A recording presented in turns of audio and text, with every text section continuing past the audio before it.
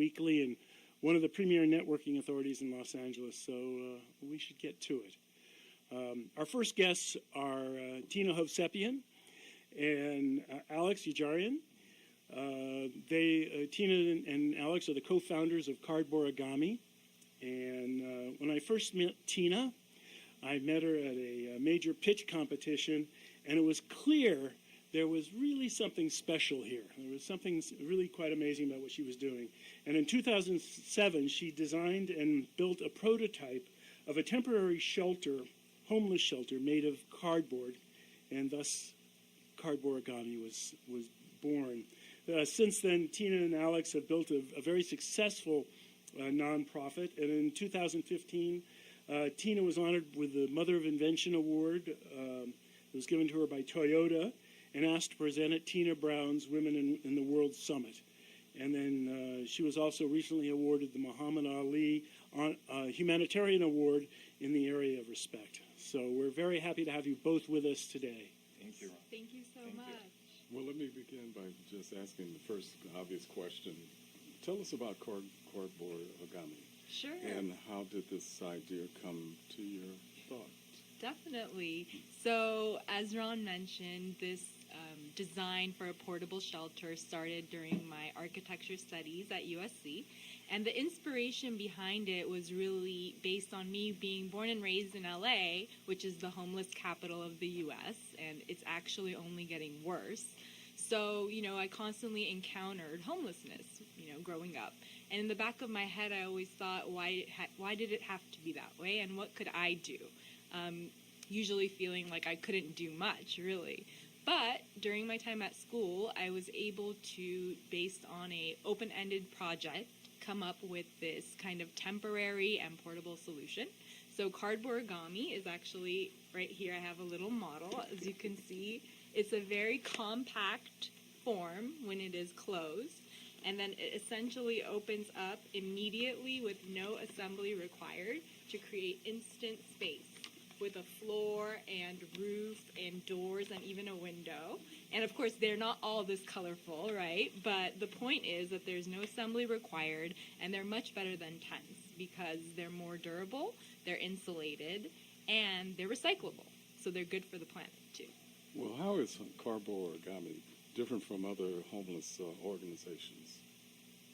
So we're very innovative, not only because the shelter is innovative, but because of how we have our business model set up. So we are a nonprofit organization. However, we do certain programs in a way that are innovative. And I think Alex might want to talk a little bit about that. Sure. So the way Cardborigami is different from other homeless organizations is that it takes really a collaborative approach. That's one. Two is that it provides a transitional evidence-based model. So essentially, it's not that we're just providing these sexy shelters to individuals who are on the street for the sake of a tent replacement therapy or just to provide more privacy or an insulated space as opposed to a plastic tent. But instead, we have a 4-step model to transition people out of homelessness within 10 months. And so that is a key differential whereby we understand and we appreciate the movement with housing first. However, how are we going to get people into housing from the street all of a sudden into an apartment and have them sustain that newly housed status? Mm-hmm. So we take an innovative approach, as Tina said, but how do we define that? Well, we look at that as integration into our healthcare system. We look at that as an evidence-based model where we've laid that plan out. And we look at it in a way where no single organization could address this issue alone. So last year, LA County spent $1 billion on the homeless issue itself. But we've had a 12% increase in homelessness. So clearly, conventional methods are not working. Right. So let me ask you about you have a population health management approach, and that has a biopsychosocio model attached to it. Why don't you explain your biopsychosocial model? Absolutely, that's a really good question.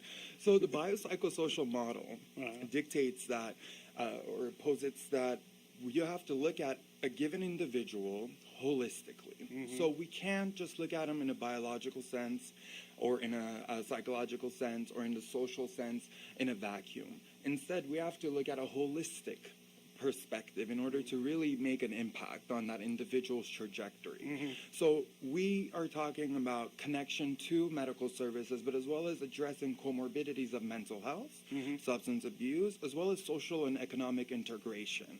So in a nutshell, that's what the biopsychosocial model is. And it's not something that we've created out of creativity because we're very creative, but it's evidence-based. So social psychologists and a wide range of researchers have already talked about this model.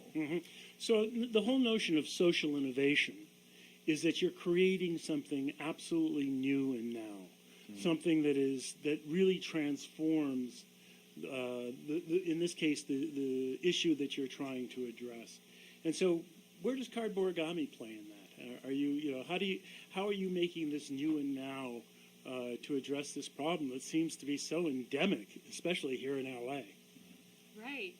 As Alex mentioned, we have a 4-step model, so I'd like to talk a little bit more about that. So the first step is really the only step that includes the physical shelter itself. Besides that, we're providing access to services that an individual might need, which again varies based on that person, right? So someone may need physical services for their health, or mental services, substance abuse, so on. So we provide that link to connect them to the right place that they might need to find the help they need. Second, that's the second step. Sorry. Third is housing placement. So what we call housing navigation is essentially, again, providing access and providing the bridging of the gap to get people into permanent housing. So it's not about handing these out on the street. It's about having these used in a safe environment and providing these additional services to the individual and getting them back on their feet. And finally, and I think most importantly, is employment, right? So that's another part of what we actually address within our organization. And one specific program that we do is called YouthPloyment, where we're hiring homeless youth. We're going to talk about YouthPloyment in a second. I don't want to get too far ahead of ourselves here. Sure. I'm just mentioning that that's a part of our plan, whether it be with us or with other organizations. We want to help people find a job, too. Well, I want to go into that into a little bit more depth in a second here. But what I also want to find out is how can downstream program funding and grants change make it better so that we can meet the needs of the homeless population? Sure. So basically, if you look at how funds are allocated and dispersed throughout the system, I mean, we hear news all the time that millions of dollars are now available for homeless people, right, for the homeless situation. 110 million recently made available through the city council. I think that LA City Council. I think that just throwing money at the problem is within of itself not a socially sufficient response to this issue. So to answer your question, how can downstream funding change to better meet the needs of this crisis, really, is that we have to start implementing value-based funding, so pay for performance funding. And we have this similar model now in healthcare, where we're looking at quality metrics and how meaning how entities are performing with their populations, and essentially shifting funding towards performance, so rewarding outcomes. Because, I mean, we have to move away from path of least resistance. I mean, it's simple to just send funds downstream to organizations that we're used to funding. But how about looking at quality metrics and saying, okay, well, this is your KPI, number of people you put into permanent housing. Out of those people, what percentage have stayed in permanent housing after a year you've placed them? So these are some simple KPIs we could select and say, okay, based on these measures, we will shift funding towards those organizations. Right. Well, listen, we have to take a quick break here, but when we come back, we're going to talk about YouthPloyment, and we're going to show a little film about that and talk a little bit more about Cardborigami. And you're watching Creating Good Work Live, and we're glad you're here. Thanks. Well, welcome back to Creating Good Work. We're here with Tina Hovsepian and Alex Yarijanian, and we're going to talk a little bit about this whole notion of YouthPloyment. But I thought it might be best first to cue this up with a little video that you brought us. And so if we can see that, we'll be be going. able to hire 5 homeless youth to fold and assemble the floors, the roofs, and the doors of about 100 Cardborigami units. Folding Cardborigami was my first job I ever had. It was an amazing opportunity to work for this amazing cause that's helping homeless people at Skid Row. Well, it is brief. So I guess you get to tell us a little bit more about working with homeless millennials and your YouthPloyment program. It really does sound wonderful. Thank you.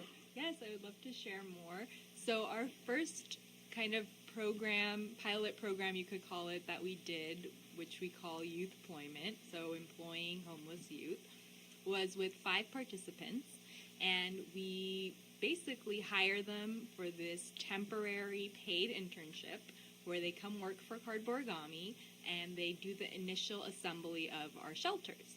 So it's kind of like a step forward for them, whereas they can have this job, they put it on their resume, they have us as references, and also they're able to start getting into a routine, a daily routine of having a job. But besides that, we also have an educational component for this program where we teach them about our mission and about how even someone like them in their situation can help others. And it kind of empowers them and gives them hope. And additionally, on payday, we have a financial analyst come in, voluntary, and teach them about, checking, savings, credit, and kind of talk to them about what they're going to do with this money that they're getting, so that it's not just, splurged all of a sudden and then they're back at step 1, right? So we're providing this very kind of cohesive support system for these youth because they're at the stage in their life where it could go, they have the potential to get themselves out of poverty, or they could sink into a chronic homeless situation and add to the problem. So that's what we do, and we've kept in touch with all 5 of our past participants, and they are all employed, and they have their own, a safe place to live. That's great. That's great. How many young people come to you looking for employment in this process? So the way that we kind of select our participants is through collaborating with other organizations. So we actually worked with the LA LGBT Youth Center last time, and they provided people that they thought were ready for a program like this. So we think that that's the best way to move forward, so that we kind of get people when they're ready to take that step and get permanent employment. How many organizations then are aware of what you're doing, and how are you contacting those organizations? Currently, we've been in touch with the LGBT Center, but we're working on getting, as many partnerships and other organizations involved as possible. So for our next program, we're looking for the right partnership as well. So I'm open to kind of discussions with anyone that's listening to this show, for example, or that might have a similar program that they can work with. Well, you have been recognized as in this world for the good work that you're doing, Tina. And I want to show a brief clip from that was, I guess, aired here on ABC News here in LA, and that was about your time in Louisville. And I wonder if we're ready, we can bring that up. Muhammad Ali left behind a long legacy of helping others, and this weekend the 4th annual Muhammad Ali Humanitarian Awards in Louisville, Kentucky will honor 6 young people under 30 for their own work, and among those a local woman, Tina Hovsepian, who received the Respect Award for her nonprofit Cardborigami. And how did the Muhammad Ali Foundation find out about this?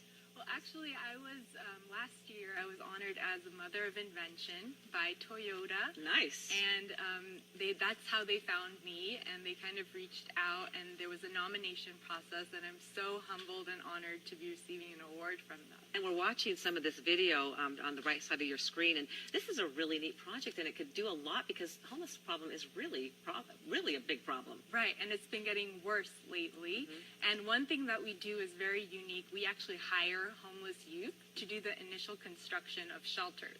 So that way we're providing them jobs and verifiable work experience. So it's not only about providing a temporary space, but more about helping get people back on their feet. So tell me about the award and what it means to you. The award was such an honor, and I cannot believe that it came at the best time. I'm so honored, and it's kind of just still not hitting. Wow, what an award. Tell us more about going into Louisville, Kentucky, and that whole experience for you. Sure, yes, it was a beautiful experience due to our work both locally in LA with YouthPloyment and internationally in Nepal when we went and helped rebuild schools and libraries. We were kind of, it caught the attention of the Muhammad Ali Center. So that was just a really big step for me and for the organization because we can use this to help get more support and be able to help more people, and that's really what it comes down to. And Louisville was so wonderful. I mean, the event was beautiful, and everyone was so nice, and I got to meet so many other great people that are doing great work. Were you able to meet Mayor Fisher? Did you meet the mayor of Louisville? I did, yeah, he was there. Yeah. And also, Good guy. yeah, he was. He kind of congratulated us all. And Lonnie Ali was there, of course. She's very big in that community, as well as Cindy McCain. And she was another award recipient, and we both went to USC, so we had the Trojan connection, which was great. So maybe we can work together. So, as we mentioned before, and as you mentioned in the video, you were named Mother of Invention in 2015 at what, 27, Mother of Invention? I think it's pretty good. By the Women in the World organization, Tina Brown's organizations. What's transpired as a result of that award? Well, Toyota was kind of the backer or sponsor of that award, which has been so amazing because they really want to see us all succeed, all of the different, awardees of this Mother of Invention. And most recently, they actually donated a brand new Toyota Tundra for us to be able to deliver shelters locally in the LA area. So, yeah, we're going to be unveiling that soon, and we're really excited. Well, you guys are holding a big fundraiser in the next few weeks, and I want to know how people can learn more about that and help support Cardborigami and the work that you're doing. Yes. So tell us a little bit about the Yes, fundraiser. so November 5th. Remember, the 5th of November. We're having a great big festival. It's going to be at Pinky's Iron Doors showroom, which is this amazing warehouse space. It used to be the Twinkies facility where they made Twinkies, which is kind of interesting. Yeah. But that's where we're going to be unveiling our brand new truck, as well as we're going to have live music, a performer from Skid Row, actually. So we're including artists from Skid Row into our event. We're going to have amazing auction items, and if anyone's interested to come, please RSVP on our website at cardborigami.org. Yes. Just click RSVP, and we hope to see you there. We'll put up a contact card for you at the end of the show. But it sounds like a great event that people can really help support this good work. Right. And by showing up and opening your wallets. Yes. How cool would that be? Helping us expand our YouthPloyment program. So, what's next for Cardborigami? So, next for Cardborigami is essentially moving forward to health system integration. And we want to move forward the cause of homeless alleviation. However, we can't look at homelessness apart from health and healthcare delivery. So the fact that these two are looked in silos is kind of an issue that needs to be addressed. and we need to integrate. And so in addition to mass produce the shelters, to provide logistical support through disaster relief, with our disaster relief component as well. So strategically placing our shelters in areas where that we could look at with predictive analytics that would be disaster prone, and essentially having these shelters there ready to be deployed when disaster hits. Well, we're really happy for you, Tina and Alex, and the work that you guys are doing and the success you're having. And we're really glad that you could join us today on Cardborigami. If you could put up the contact information for them. We've been talking to Tina Hovsepian and Alex Yarijanian, and here at Creating Good Work, and we're really pleased that you could be with us today. Thank And you. we're looking forward to your next visit so that you can keep us informed. Absolutely. Thank you Thank you so so much. much. Well, Thank you good. for coming. We'll be right back here with Creating Good Work Live.